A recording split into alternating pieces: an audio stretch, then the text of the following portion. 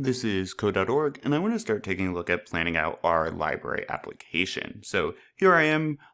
Let's go, whoop, whoop, whoop, there it is. Project Make a Library. So keep in mind what we're going to be doing, and we've been using libraries now throughout. This is my example project that I'm going to get into. Here is lesson 7. We walked all through the different things that a library can do.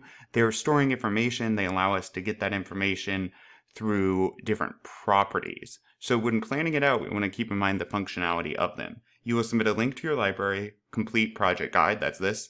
Library requirements contain 2 or more functions. At least one function must include a loop, if statement, 1 or more parameters, and a return. Easy peasy. So keep in mind a loop would just be like the for loop that we have. I'm just going to put notes here.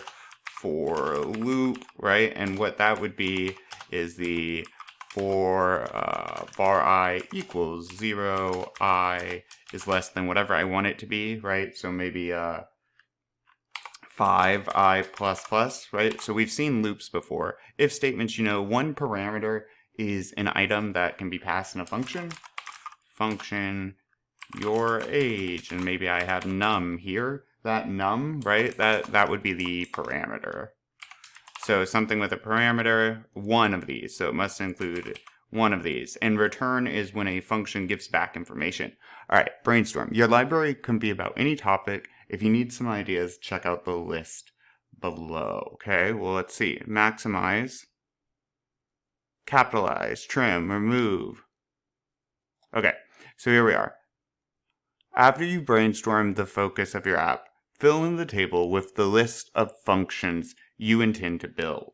So, function name, maximize. Okay, well, what will I do?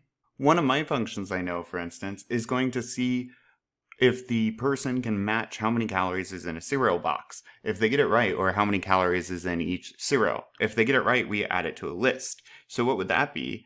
Combine filter, keep numbers in a list greater than or less than or exactly. So that could be a filter. Number list, nope, it's going to be keep numbers in a list greater than or less than a provided value or that match it exactly. We could also do, nope, count how many times. Mine would actually be a count. I'm counting how many cereals have that many calories. So I would write here whatever the name of my function will be, and I think I'm going to call it like all calories check is what's going to go there. Now, what is going to go in as a parameter? Well, I'm going to let them give me a guess how many calories they think. Description of the parameter and the returns. Okay. Well, what this will return is the amount of cereal with that, is the number of cereals that have that exact calories per serving. So I'll first say, I don't know, compares calories guess to a cereal and counts matches. Okay. Now, what else do they need? Right parameters. The parameter I just did was guess, and so I need to explain that. Now, guess, which is a number, so I'm going to do it like they did. The curly brace, by the way, is the shift key, and it's next to the letter P. So guess, number, and now I want to explain what that is. It is a user guess of how many calories. Okay, and then what is being returned? Count, which is also a number for me. Okay, and what is that? That will be the number of cereals with that many calories. Okay, so they're just having this detail out, plan out what our functions are going to be doing. Loop, if statement, param return. Yeah, mine would have a loop, right? So yes, and I can even show you. Here it is. I've already made it, right? I know it has a loop. I'm looping through. I'm checking if equals means exactly. So if a cereal has that many calories exactly, I count it up and then I return back the count. Where do I return it to? All cereals, whatever's running this, which will be what is utilizing the library at the time. So that's what I'm modeling this one off of right now, a function I'm actually going to be using. So yes,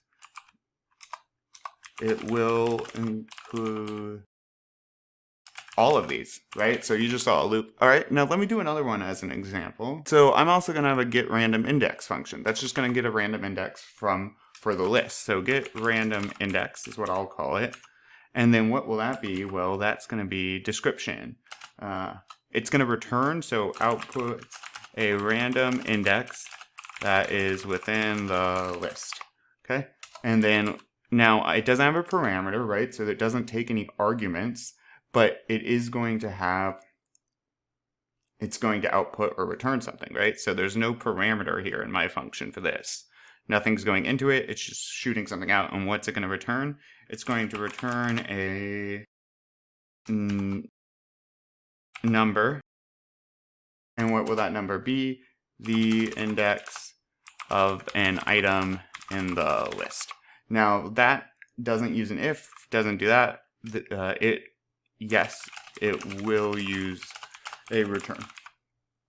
So that's laying those out. Build, program your library, make sure to do the following. Start by debugging the function, debug your code. Yes, test, test, test. Feedback, you're just taking a look at it. So make sure you do plan out your functions, and it won't always be like this, right? You might only have an if statement. You might not have a parameter, and that's fine. You just want to put that. You might have yours exactly in this layout. This is a great place to get started. Think of ways you can sort and minimize and limit your list.